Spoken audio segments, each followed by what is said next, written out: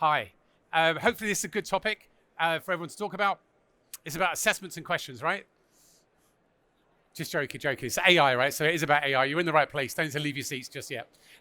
So hopefully we make this a little bit interactive and also to share our experience in our journey, our customer's journey, and what comes next. Because without a doubt, I think we can all probably agree this is probably the most pivotal moment in our industry, in the L&D industry, and AI, because of AI and what it's going to do. So we've been right at the forefront of this, so some exciting lessons to show.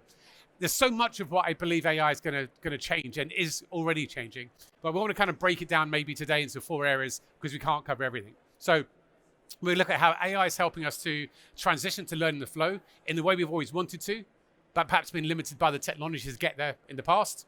We're going to look at how we remove language as a barrier to learning, at last. We're going to look at how it helps us with hyper-personalization engagement, and also maybe how to help us do the less exciting bits in a role that we can help automate a bit as well.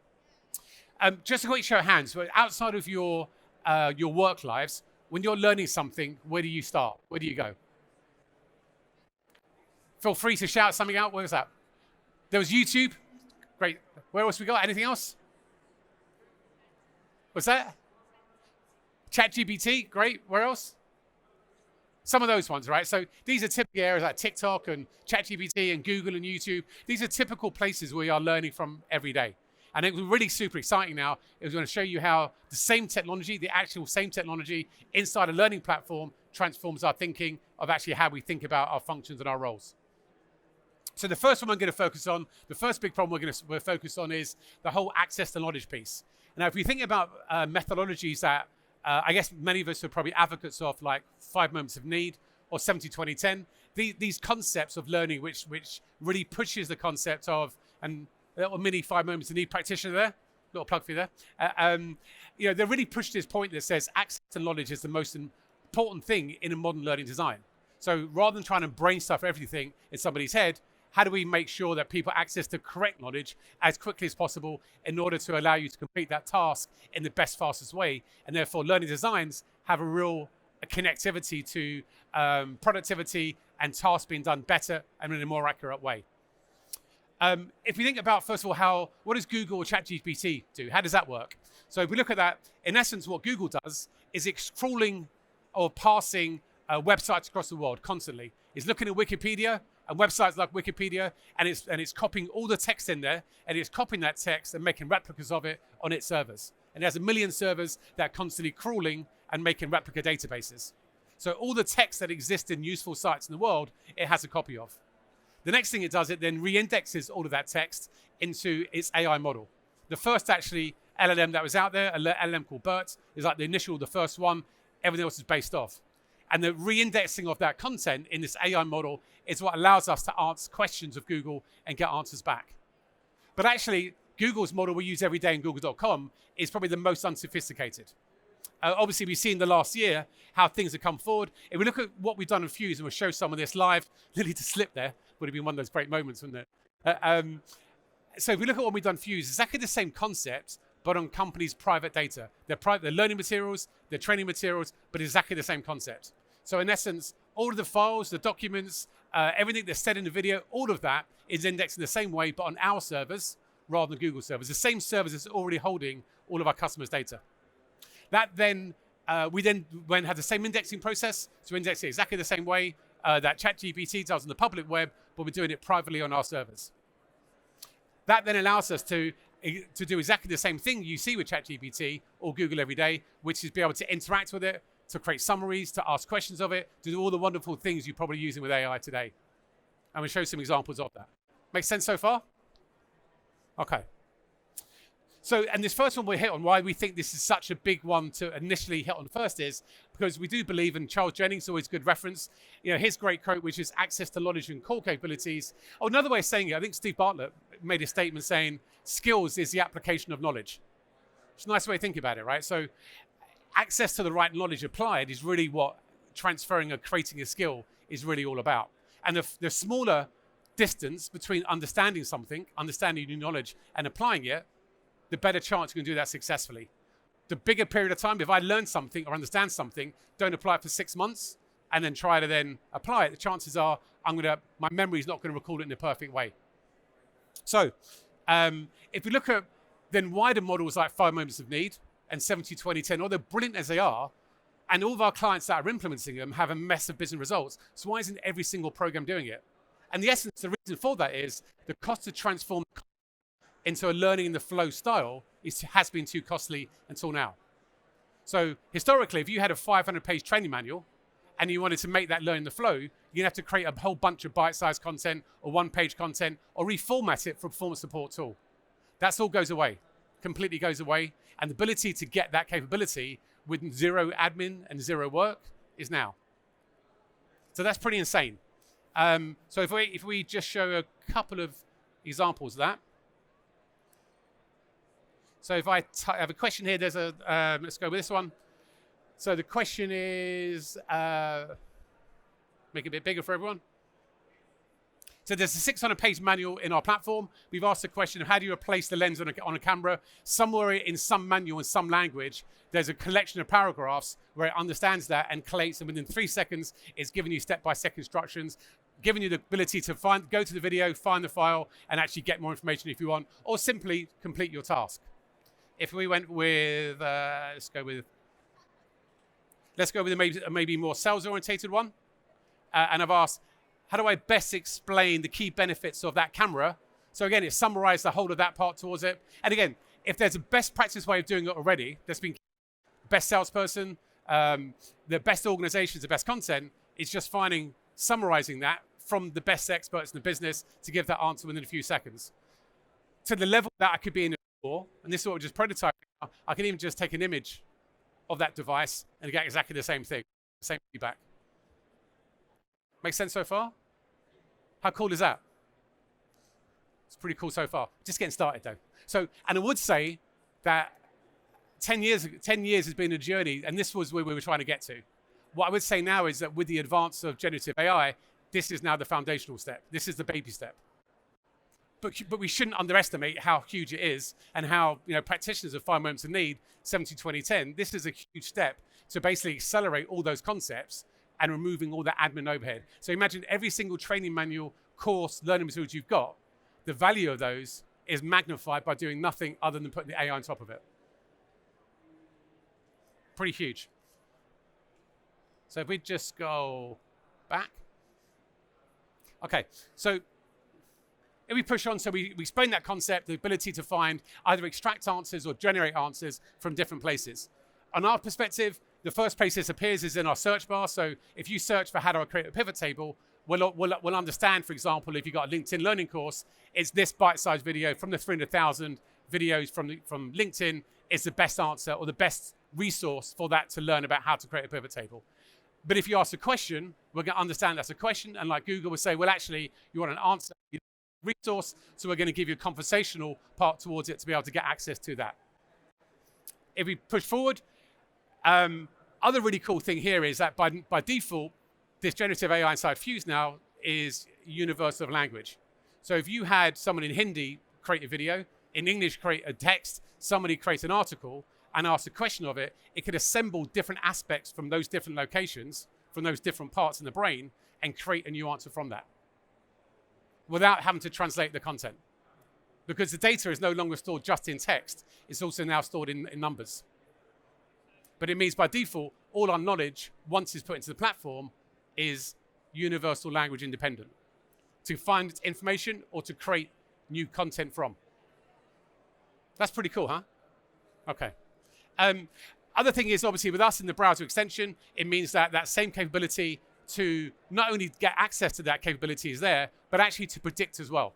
So in a click of a button, that button is looking at the task you're doing and then trying to work out, based on the task you're doing, how do I automatically match the right information to you and predict that for you? So helping the individual, help with that performance support, again, without having to set it all up and create it and match the content to the page and all that type side. So and if we're, in essence, we don't know what question to ask, it does that piece for us. The benefit, though, of a multi-purpose model, like a generative AI model, over perhaps like a Google model is it allows us to innovate at pace in every single area. So it means that every aspect of how we think about learning technology, maybe ideas that we had before that would take 6 months, a year, 2 years to build, are now available to build probably in prototype in the same day or the same week. And that's pretty exciting. We won't go into all of these, but some of these. One of the cool concepts now, again, we're just literally going live this week in prototyping stage, is the ability to create AI coaches. So let's say performance coach, career coach, learning coach, whatever you happen to be. But in essence, if we look at one of the projects we're doing with one of our customers, we're helping them to digitize the best experience of their best managers. So big restaurant chain in the US called Levy, 10 best managers, and we interview them with our videographers. Back of the screen there, thanks Al. So with our videographers, interview those people, getting their best way of how they flip hamburgers, make hot dogs, have one-to-one conversations. All of that is available. And that becomes available in a structured onboarding course in a very logical, structured way. Also available in that, let me find the video for that part. But then the knowledge inside of that becomes part of the AI manager coach. So then we can interact with that person, interact with that. So if you're going through a course, we'll automatically know you're going through a course on having great conversations, and contextually the AI and the AI skills coach are going to say, I'm only going to give you answers from this small segment of expertise. Not the whole platform, not the whole of the web, but just the 10 experts you've got in the company and only the stuff they've ever done. So your best way, your way of working, your way of managing, and a 24/7 coach for everybody. So democratized coaching for everyone. You still having to actually feed the brain and extract and learn best practice. But once you do, it becomes available. That collective intelligence becomes available for everyone. And you could create skills coaches for sales, call centers, whatever you want. Are you excited or are you scared, or a bit of both? Well, the ones that are excited, come talk to me. All right, so let's keep going. But also as a partner for L&D professionals, right? So it's not just ability to extract answers and create answers. It's also now we've got this massive, everyone's content is in an AI index. They're available now to actually create new content with it. So again, if I take an example.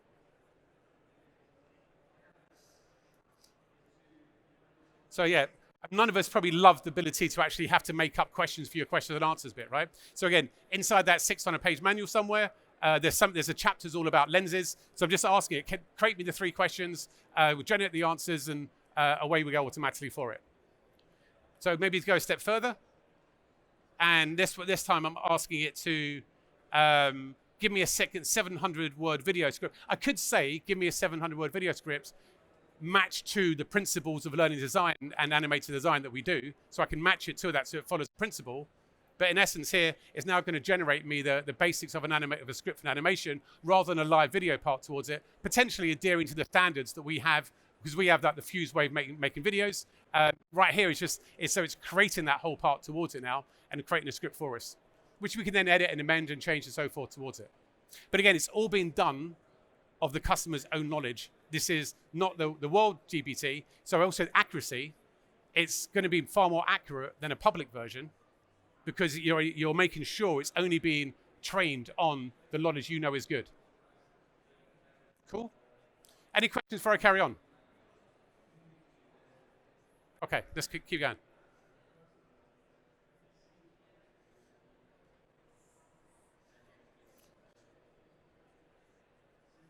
Okay, so let's move into a different part, which is using language now or using AI to solve our language challenge. Again, there's been so many advancements in this technology recently. It's just some fairly exciting. So one of the things we've had in our platform for a while is what we call speech to text or transcription. So every video automatically gets transcribed from 50 odd languages, and that's using one type of machine learning. But again, what we see here is like the difference in quality between the AI that's come in the last 6 to 9 months. And it makes a big difference, right? In the transcription, even though you can read the left-hand side, the difference of that 1-2% means that we can now automatically translate the transcript into a different language. You couldn't have, on the left-hand one, you'd have to manually have manual input for every transcript before you translate. The right-hand one, we can now go straight to translation without having to have human interaction. So our ability to make content and learning completely inclusive and not have to force people to learn in a language that may not be their mother tongue, we're now starting to break down some of those massive barriers to learning, be it different neurodiversities, different learning styles, different language. All this type of stuff now is starting to go away, which is pretty cool. Hey, Louise. It's cool stuff, huh? The second thing is just the advancements in language models. So again, we used to use Google Translate. We just moved away from that. The reason for that is, again, the advancements on the accuracy on languages now on this side is again, in our platform, we have text-to-text translation, and it's been there for some time, but the accuracy is improving. What's really cool now is also the ability to do file translation. So put your file in there and automatically translate the PDF, the file, the document from one language to another, just at a click of a button inside the training platform. So you make your PDF and now available in 5 languages. Where it's getting really cool now, though, is also now speech to voice or text to voice. So the ability now to use AI to clone our voices or to use synthetic voices to allow that multiple content become available. So a couple of practical examples of that.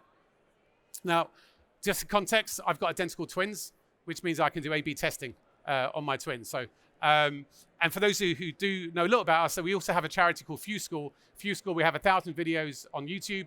We have about 10 million kids who use it every year. But what we do is we go and find the best teachers, or we did up until now, find the best teachers and then animate those explanations so every kid can understand every concept. I think you like this, Louise. Now what I'm doing is I go one step further, but big believer in peer-to-peer learning. We got some sound on that? Oh. Just get some sound. Decimal point. And a number, one of my twins. For example, 5 tenths can be written as 0.5. How many digits should follow? So I cloned my twin's voice here. I know it sounds weird, but I cloned it because obviously his inflections are up and down the whole time. And also they argue between themselves which one's a clone anyway, right? So now they're both cloned. We don't have to have that argument anymore. But by cloning the voice, it means that we can now produce more videos together, that we can take all the inflections out of the voice. And if it's available for a bit of recording, then actually I don't have to worry about that. Then we can still make that change without having to get exactly the same film and background towards it. Full use of AI voice. To go a step further though, now what we're doing is one click, press a button to automatically that. And see, up until now, his teacher said he wasn't good at languages.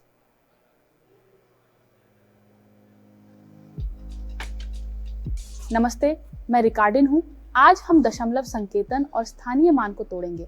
इसे सरल रखने के लिए So again, one button click to turn him from speaking English to speaking Hindi. So he's now educating, so our little kids are now contributing. They're giving back, 11 years old, they've had it straight.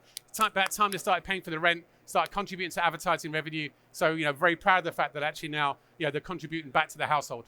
And helping people at the same time. It's a beautiful story. But from the technology side, it literally is 5 minutes and almost zero cost to now make that content available at a quality level where 8 out of the 10 videos we wouldn't have to touch because we think it's good enough. And that's huge from an inclusivity perspective. And think about how many people don't learn as effective because it's not their mother tongue, and how this now removes that barrier. Okay, Ricky, calm down. Okay, just running into time. So how many do we have left? 10, that's not bad. Okay, so the next part of using AI is how we use it to create hyper-personalized learning experiences and also solve that whole kind of skills to content gap that people talk through. So inside here, I think one of the things we look at, and often there is both front office and back office staff. The front office, really AI is benefiting them when we think about how to help them do their tasks better, faster, more accurately. So it's one of the reasons why we feel confident we can get people up to speed 300% faster than traditional ways of learning, which is try and stuff their brain, knowing they forget more. Stuff their brain for 3 weeks rather than reduce that, focus the behavioral bit, and the knowledge of point of need is accurate and instant when they need it. So with that part towards, that's great for the frontline staff, but a lot of the back office part is a different challenge. You've got hundreds of people and tens of thousands of content, and how do you automatically get the right course to the right person to give that sense of individual personalized learning? So again, if we look at how the AI is helping that, let's just do a quick example. So one of the challenges, actually maybe go back to this, one of the challenges to do this, which is ultimately what you want to do is you want the AI to work out, based upon these skills gaps, how do I automatically match the content, irrespective of whether it's from LinkedIn, Udemy, or internal content. Now, bearing in mind, LinkedIn has its skills taxonomy, Udemy has no skills taxonomy, and most of internal content is not labeled at all. So with 3 or 4 different taxonomies in an organization, how do you automatically match it? And most companies don't. Most companies who have a whole suite of content towards it would have to do a massive amount of manual work to start matching skills gap to individuals. So ways, again, we resolve that is to relabel all content using the AI. So if I take this example, I'm just going to ask it to look at a bit of content just to show you how the technology works behind the scenes. I want it to look at a piece of content. Didn't get it that time. But generally speaking, it would look at a piece of content, go to the outside web, maybe the web's down here a little bit, and come back and say, these are the skills tags associated against that taxonomy. So it means that we can create a new index that has every bit of content from every bit of library content you can see, all now using a universal library, which is whatever preferred one you want to use. Could be Lightcast, could be Gloats, could be Fuel 50s, could be anyone that's wanted. But it means behind the scenes now, because everything is now labeled in a universal way, it's far easier to say if someone has, let's say, a skills gap on active listening. That's a conceptual idea, Louise, that I would have a skills gap on active listening. But let's say conceptually, if I had that, then all those libraries of content would understand actually which files, videos, and courses actually match that, rather than actually speak 3 different languages or 3 different taxonomies. How does that all come together? So, just again, visually seeing some of that stuff and maybe an interface. So, left-hand side there, you see problem solving. If you look at 5 moments of need, that's one of the big 5 moments of need part. I've got a problem, how do I solve it? Ultimately, the search bar is probably the place you go to solve that. How do I do this? How do I learn about this? Where do I go for that? So that's one part towards it. The bottom left-hand side is that's my career pathing. How does AI automatically match now and suggest to me courses based on my skills gaps to allow me now to get to the next level up? And the right-hand side, how do I get presented all the new information and the new knowledge that I need for my job? So it could be relevant for my job, or could be stuff that's just interesting. Plug it into that curiosity piece, because the curiosity piece says, I want to go to the platform. Actually, we want to pull people to the platform for a few reasons. One reason is because we make them believe they can solve problems. The second is like your Netflix, TikTok, and so forth, because curiosity is good content coming through relevant, personalized to me, and I create that habit to set up because it's interesting and it's connected to me. And it's a place I should go in an automated way to actually keep me up to date with new processes, new ways of working, which may not be a course. It might be a video, it might be a file, it might be an article, but just that constant feed of the stuff that I need to stay up to date, but not having to do it in a manual way. Okay, let me pause before we go to the future. So everything we talked about so far is now. Maybe I've jumped to, I don't want to jump to the next bit, which is the future bit. So thoughts, reflections, or questions before we go next? How many of you guys are already doing all this and I should just leave now? Am I like a year behind, 2 years behind? Okay, so we're still relevant. All right, phew. Okay. How many of you think this type of approach is something that is going to be part of your future strategy? Okay, 7. Good. It's a good start. All right. You got to hurry up though, right? Because by the time you start this bit, the future is going to be the next step. So maybe a little glimpse of what that next step looks like. And it is in R&D, right? So be part. If I look at let's say, take Few School, our YouTube channel. It was a great start 10 years ago. So in essence, our goal on our YouTube channel was, how do we, and our platform, but how do we democratize education? How do you give everyone equality and be inclusive so that anyone can learn anything from anyone, and we don't have those barriers that we do in terms of learning and education being a way to progress in your life and your career. So us creating this 1,000 videos, which kids you can see on the right-hand side make statements like, you just saved my chemistry GCSE and I'll get it in 5 minutes, what my teacher's been going on about for years. Maybe even my kid, my twin, Ricardo, will stop asking me like this morning of why do I have to learn French? Which is a fair question that we have to battle on from a psychological perspective. So that was a great starting place, right? But if you really think upon what we'd want, right, or what a great teacher or a great educator or a great student wants, is completely, so the best, let's say, kid learning would be a world-class tutor next to them all the time.